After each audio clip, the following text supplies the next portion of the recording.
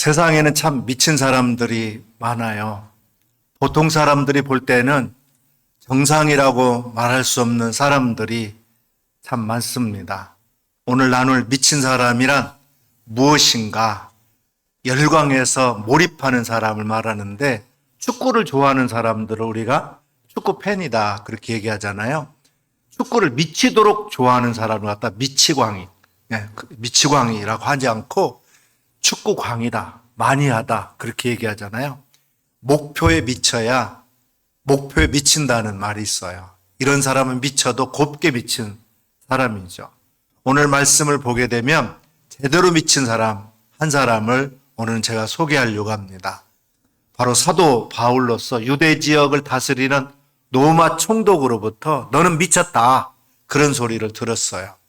그러면 정말 바울이 미쳤는지, 미쳤다면 어떻게 미쳤는지, 또 무엇에 미쳤는지 여러분과 함께 나누려고 합니다. 먼저 바울은 무엇에 미친 사람일까요? 24절을 우리 같이 한번 볼까요? 바울이 이같이 변명하며 베스도가 크게 소리내어 이르되 바울아 네가 미쳤도다, 내 많은 학문이 너를 미치게 한다니. 그랬어요. 바울이 무엇을 했기에 이렇게 미쳤다고 했을까요? 우선 오늘 본문의 배경을 간략하게라도 살펴봐야 설교에 대한 이해가 될 거예요. 바울은 예루살렘에서 주님의 복음 때문에 잡혀 가이사라로 호송되어 가지고 총독 베릭스에게 재판을 받고 있었습니다. 근데 유대인들이 정치적인 문제로 베릭스를 로마 황제에게 진정하는 바람에 이 베릭스는 로마 황제로부터 소환을 받아가지고 갔어요. 그래서 바울의 재판이 2년이나 중단된 채로 구금되어 있었습니다. 시간이 흐르는 베릭스의 후임으로 베스도가 총독으로 이제 부임하자 유대 종교 지도자들은 베스도에게 바울의 재판을 속히 진행해 줄 것을 강력하게 요청했어요. 그래서 2년 만에 다시 바울에 대한 재판이 열리게 됩니다. 이때 가이사라를 방문한 아그리빠 왕과 그의 누이 버니게가 바울의 재판에 함께 배석했는데, 이제 재판이 시작되자 순서에 따라서 바울에게 자기를 변호할 수 있는 그런 기회를 주었어요.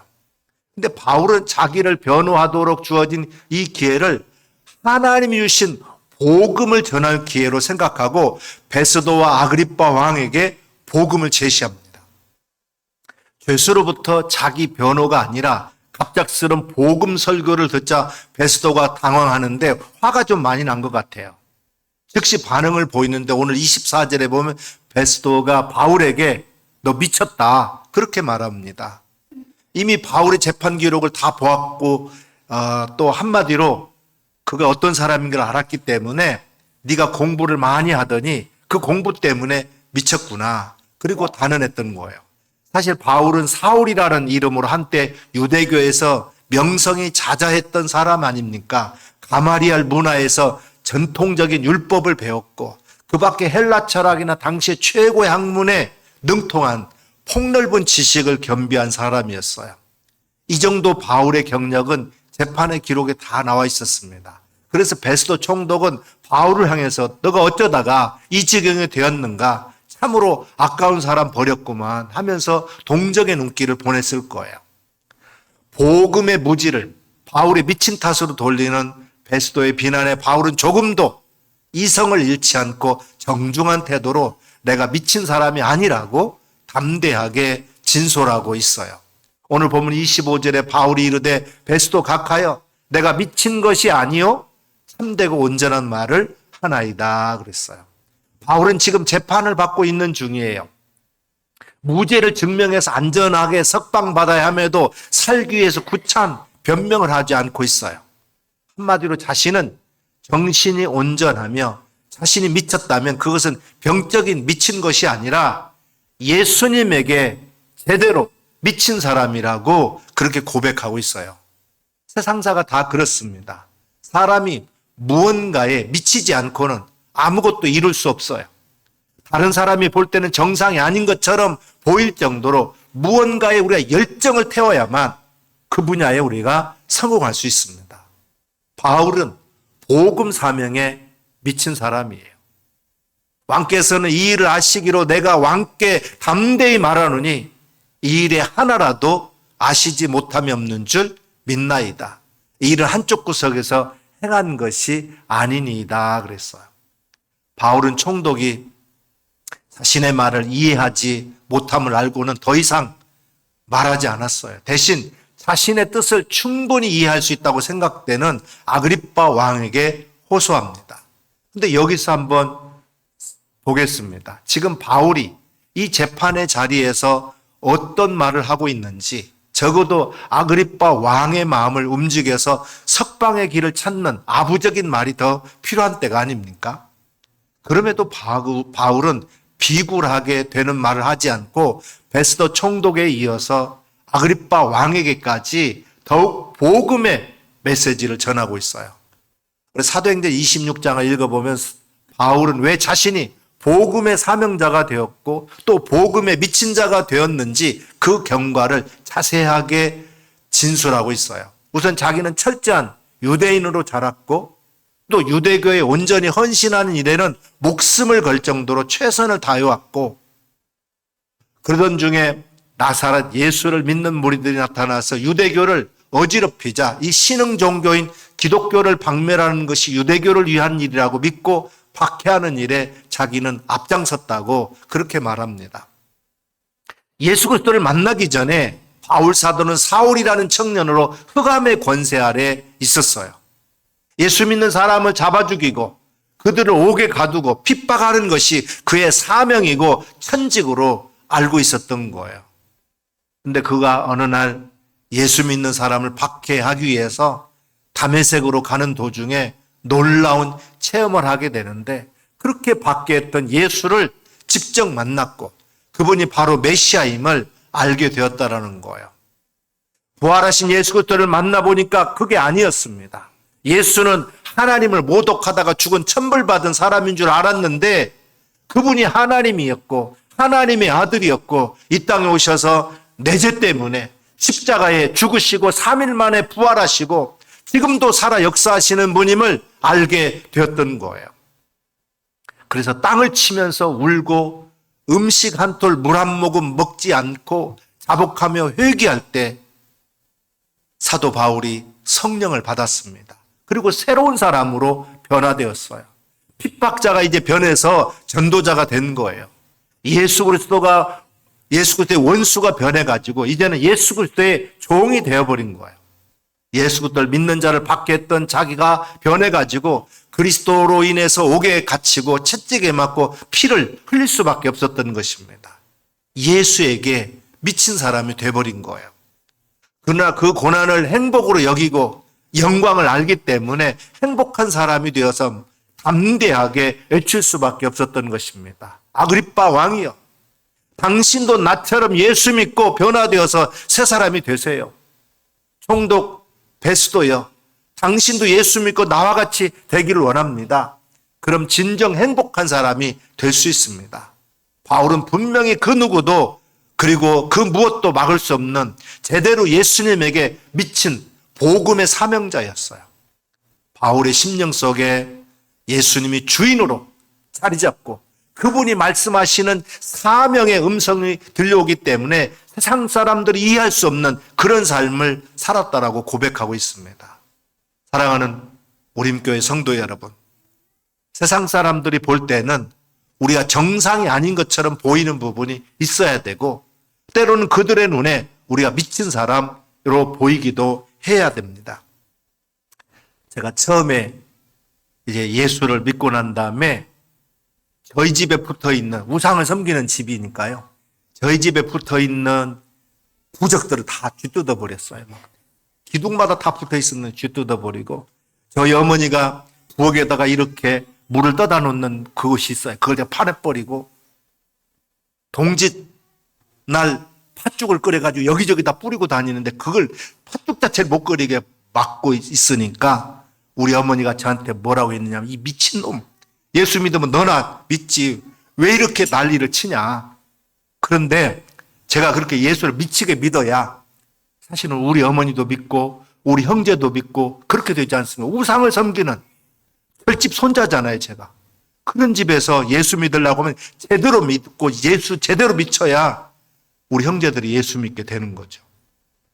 결국 제가 그렇게 미쳐버리니까 센 쪽으로 끌려오게 돼 있어요. 전 가족이 결국은 다 우상, 그 불상덩어리 다 버리고 예수 믿게 된 줄로 믿습니다. 나도 세상 사람들이 정상이 아닌 것처럼 보이는 이유가 있어야 하고 미친 것처럼 보이는 그런 근거가 있어야 됩니다. 바로 예수 때문이어야지 다른 것 때문에 미치면 곤란하죠. 그래서 바울은 지금 자기의 생명 여탈권을 쥐고 있는 총독과 왕에게 자기의 처지에 대해서 선처를 구한 게 아니라 예수 믿으라고 지금 전도하고 있어요. 지금 자기를 변호해야 할 기회를 복음 전파의 기회로 삼고 있는 이 점이 바로 사명자 바울을 미친 사람처럼 보이게 한 거예요. 복음에 대한 이런 확신과 소명은 바울로 하여금 미친 자라는 소리를 들었지만 바울은 그런 소리 듣는 것을 개의치 않고 스스로 하나님을 위하여 미친 자가 되었다라고 그렇게 고백하고 있습니다. 고린도후서 5장 13절에 보면 우리가 만일 미쳤어도 하나님을 위한 것이요 정신이 온전하여도 너희를 위한 것이니 그랬어요. 나도 복음의 사명에 미친 자입니까? 29절에 바울이 이르되 말이 적으나 많으나 당신뿐 아니라 오늘 내 말을 듣는 모든 사람도 다 이렇게 결박된 거 외에는 나와 같이 되기를 하나님께 원하나이다 그랬어요. 아그리빠 왕의 입장에서 보면 참으로 어이없는 말이에요. 바울을 살리고 죽일 권세가 자기에게 있는데 바울이 자기처럼 되라고 하니까 이 얼마나 어이없는 말입니까? 그러나 사도 바울은 구원받은 성도라는 존재가 얼마나 위대한지를 알았기 때문에 그렇게 담대하게 말할 수 있었던 거예요. 그렇다면 이 구절에서 바울이 나처럼 되라고 한 말의 핵심이 무엇입니까? 나는 산자다. 나는 영혼을 품에 안았노라. 이제 너희도 구원받고 하나님의 자녀가 되기를 원하노라. 뭐 이런 뜻일 거예요. 그렇습니다. 바울은 땅에 있으나 영혼을 소유한 사람이에요. 그는 보이는 것에 눈길을 두지 않았고 보이지 않는 영원한 세계를 소유했기 때문에 그 어떤 환경에도 자유함을 누릴 수 있었던 거예요. 그런 눈으로 세상을 보니까 자기를 신문하는 총독 베스도도 아그리빠 왕도 오히려 측은하게 여겨져서 나처럼 되라고 말한 거예요. 왜 그렇습니까? 그에게는 천국이 보장되어 있기 때문에 구원받지 못한 사람은 아무리 높아도 불쌍하게 보였던 거예요. 지금 바울의 간절한 소원이 무엇입니까? 자기를 신문하고 있는 아그리빠 왕과 베스도 총독은 물론이고 그 자리에서 자기 이야기를 들은 사람들 모두가 예수님을 믿는 거였어요. 이 재판장에는 바울이 예수님이 복음을 전한다고 고발을 한 대제사장들과 유대 종교자들도 있는데 그들도 다 예수 믿기 바란다 그러는 거예요. 이런 말을 하고 있는 그 자체가 그 자리에 있는 사람들에게는 바울이 미친 사람으로 보일 수밖에 없는 것은 이 자리는 바울을 놓고 지금 재판하는 곳이잖아요. 그럼에도 불구하고 바울은 사실 자신의 재판에 관한 일에는 별로 관심이 없어요. 이미 복음을 위하여 자신의 목숨까지도 내놓았기 때문에 그렇습니다. 오직 바울의 관심은 재판이 아니고 그 재판의 자리에서 복음을 들은 사람들이 예수를 믿게 되는가에 쏠려 있었던 거예요. 바울은 영혼에 대한 뜨거운 가슴이 있었어요. 예수 복음에 미친 행복자였습니다. 바울은 남들이 가지고 있는 잊지 못한 그런 복음 전하는 일에 대한 뜨거운 가슴, 사람들을 불쌍히 여기는 뜨거운 가슴, 그들을 구원하고자 하는 그런 뜨거운 가슴이 그에게 있었던 것입니다. 여러분, 지금 바울 사도의 행복이 여러분 느껴지십니까? 그가 이 행복선을 한 것이지 진수성찬을 차려놓고 하는 말이 아니고 쇠사슬에 매여 있는 죄수의 몸으로 행복을 선언하는 것임을 여러분 지금 알고 있습니까? 평소 행복을 느끼는 사람도 손에 쇠고랑 채우고 행복하다고 하는 일이 가능합니까? 여러분도 구원받고 나처럼 되십시오라고 당당히 어느 곳에서나 말할 수 있습니까? 내 꼴이 이런데 내가 행복을 선언한들 누가 내 말을 믿어주겠는가? 이런 내적 갈등이 얼마든지 일어날 수 있는 상황이에요. 지금 바울은 재판정에 있습니다. 재판관은 일개 하급 판사가 아니라 지금 한나라 왕이에요. 지금 바울 앞에 버티고 앉아있는 왕은 세상 권세와 영화와 명예의 상징입니다. 그러나 바울은 왕을 조금도 부러워하지 않아요. 부러워하기는커녕 오히려 이 왕도 자기와 같이 되기를 하나님께 기도한다, 이렇게 말하고 있어요. 비록 왕이라 하나 왕에게서 금관을 벗겨버리고 나면 아무것도 남을 것이 없는 헛개비에 불과한 거예요. 겉은 화려하지만 속은 비어있고 남루하기 짝이 없는 속빈 강정과도 같은 존재입니다. 죄악과 탐욕의 노예가 되어서 살았습니다. 몸은 자유했을지 모르나 저의 영혼은 사슬에 묶여있는 가련한 그런 노예 신세였던 거예요. 때문에 바울은 아그리빠 왕을 향해서 당신도 이처럼 결박된 거 외에는 나와 같이 되기를 원합니다, 이렇게 말하고 있는 거예요.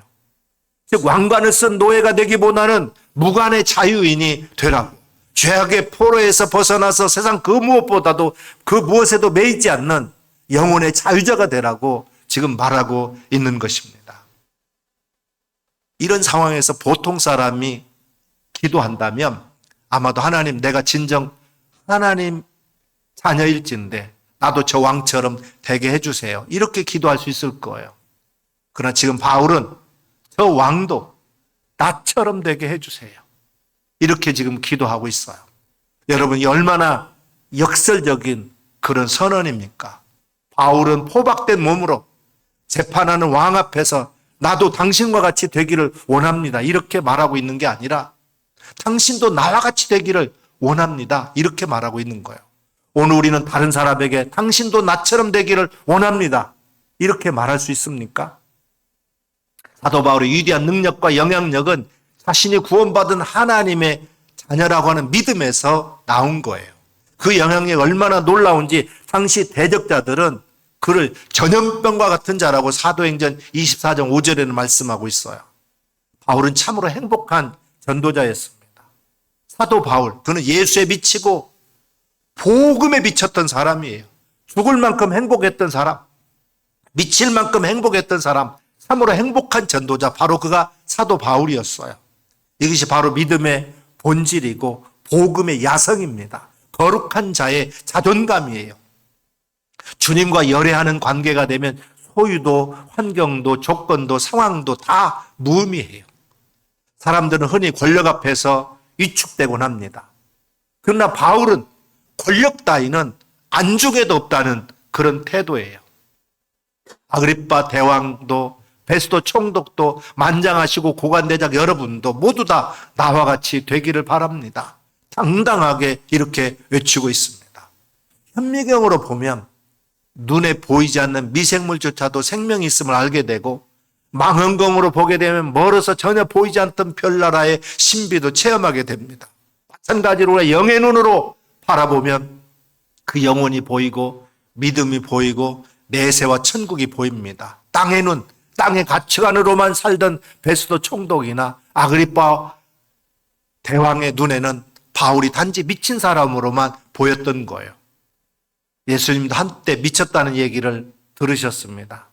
요한복음 10장 20절에 보면 그가 귀신 들려 미쳤거늘이라는 말이 있고, 마가복음 3장 21절에 보면 예수님의 친족들이 듣고 그를 붙들러 나오니 이는 그가 미쳤다 함이러라, 이렇게 기록하고 있어요. 바울이 포박된 몸으로 당신도 나와 같이 되기를 원합니다, 당신도 나처럼 행복하기를 원합니다 고백할 때 베스도 총독이, 바울아, 네가 교육계로 나갔더라면 총장은 되었을 거고, 사업을 했더라면 사장이나 회장을 했을 거고, 정치를 했더라면 로마 총독도 했을 건데 어쩌다가 이렇게 쇠고랑에 묶인 몸이 되었느냐? 베스도 총독이, 바울아, 너희 많은 학문이 너를 미치게 했구나 한탄하게 했던 거예요. 사랑하는 여러분, 지금 이 상황이 이해가 됩니까? 무엇이 바울 사도를 그토록 행복하게 할 수 있었을까요? 그건 먼저 구원받았다고는 한 가지 사실 때문입니다. 로마서 1장 16절 상반절 말씀에 보면 내가 복음을 부끄러워하지 아니하노니 이 복음은 모든 믿는 자에게 구원을 주시는 하나님의 능력이 됨이라 그랬어요. 사도 바울은 하나님의 말씀이 무엇이더냐? 천지를 창조한 말씀이 아니더냐? 지금도 지옥에서 영원히 멸망받을 수밖에 없는 인생들을 건져주는 능력의 말씀이 아니더냐? 이렇게 선포하면서 말씀에 미쳐서 살았던 사람이에요. 그렇습니다. 사도 바울은 예수를 핍박하던 자신을 거두어 주신 주님의 사랑에 감격하면서 살았어요. 주의 사랑의 노예가 되어서, 성령의 노예가 되어서, 사명의 노예가 되어서, 말씀의 노예가 되어서 살고 싶었던 것입니다. 사는 게 여러분 허무합니까? 이유 없이 탈진이 왔습니까? 차라리 종말이나 왔으면 할 정도로 도피하고 싶습니까? 자기 무기력증에 빠지고 짜증 충만입니까? 이유 없는 예민함과 신경과민으로 주변 사람들 달달 들볶고 계시진 않습니까? 그러나 진짜 사랑이 묘약이에요. 세상 사람들은 돈을 사랑하고 쾌락을 사랑하고 도박을 사랑하고 술을 사랑하고 사랑해서는 안 될 사람을 사랑함으로 허무와 공허를 메우려고 합니다. 그러나 그것은 몰핀에 불과해요. 궁극적인 해결책과 근본적인 해답은 오직 나의 주님, 나의 반석, 나의 산성, 나의 전부, 나의 기쁨 되시는 예수님과 열애에서 시작되는 것인 줄 믿습니다. 그분과 처음 만나 눈물로 번복되었던 그 첫사랑의 감격을 우리가 다시 회복해야 됩니다. 혹시 주님과 연애했던 옛날 이야기로 남은 채 지금은 그분과 여러분 별거 중입니까? 그 다음 우리 회개하고 다시금 그분 앞에 나가야 됩니다. 기도하던 자리로, 처음 은혜 받던 그 자리로, 울며 불며 행복에 깨웠던 그 자리로 주님은 그곳에서 오늘 우리를 벌써부터 오래전부터 기다리고 있어요. 사도 바울은 예수는 하나님이시다. 그분은 구세주다. 그분은 부활하셨다. 지금도 살아계시다. 우리를 심판하러 이 땅에 오실 것이다라고 목 터져라 외치고 있는 거예요. 철학자 조지 워싱턴 커버 박사는 성공한 사람이 행복한 것이 아니라 행복한 사람이 성공한 사람이다 이렇게 말했어요. 사랑하는 여러분, 지금 재판정에 서 있는 바울의 모습을 한번 상상해 보세요. 2해 동안이나 감옥에 갇혀 있었기 때문에 얼굴은 창백한 상태였을 거예요. 또 부실한 음식으로 연명했기 때문에 영양실조가 또 완연했을 겁니다. 자유로 움직일 수 없으니까 건강 상태가 좋을리 만무해요. 의복은 남루하고 행색은 초라하기 짝이 없어요.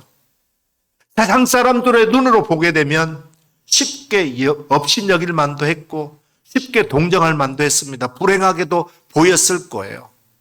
그러나 이런 상황 속에서도 사도 바울은 나는 천지를 지으신 하나님께 복받은 행복자다. 나는 복음을 받았고 나는 복음을 전하며 산다. 이것은 금생과 내생의 영광스러운 일이다라고 이렇게 자신의 행복과 영광을 자신만만하게 선언하고 있어요. 사랑하는 성도 여러분, 이처럼 당당한 태도를 가지고 사는 사람들이 바로 그리스도인들입니다.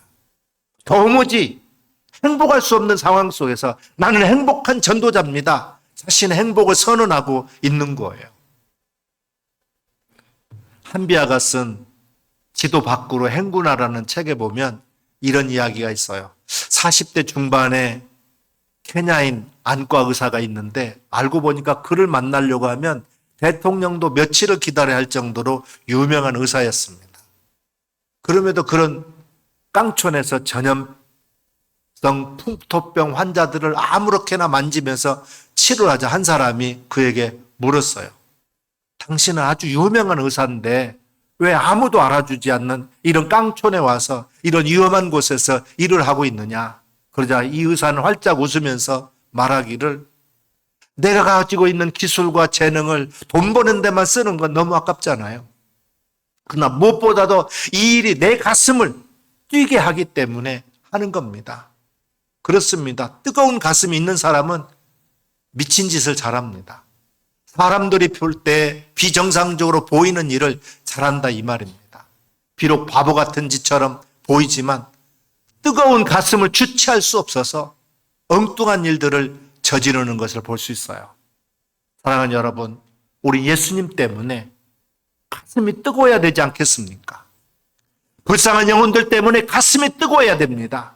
주님께서 맡기신 일 때문에 가슴이 뜨거워야 돼요. 예수님은 자기 일에 많이 하셨습니다. 예수님과 제자들은 음식 먹을 겨를도 없었고 예수님의 가족들은 예수님이 미쳤다는 소문을 듣고 붙잡으러 오기도 했었어요. 예수님께서 성령님의 열정을 가진 것을 그 가족들이 몰랐기 때문에 그렇습니다. 미친 사람에게 나타나는 공통점 중에 하나는 모두가 다 행복하다라는 거예요. 일에 미친 사람은 일하는 시간이 행복하고 공부에 미친 사람은 공부가 즐겁습니다. 예수님께 미친 사람은 예수 믿는 것이 행복하고 예수님을 전하는 것이 행복해요. 고 정주영 씨는 자기 일에 마니아가 되어서 새벽 3시만 일어나가지고 창문을 열고 태양아 좀 빨리 좀 떠라. 내가 일하고 싶은데 왜 이렇게 어둡냐. 이렇게 얘기했다는 거예요.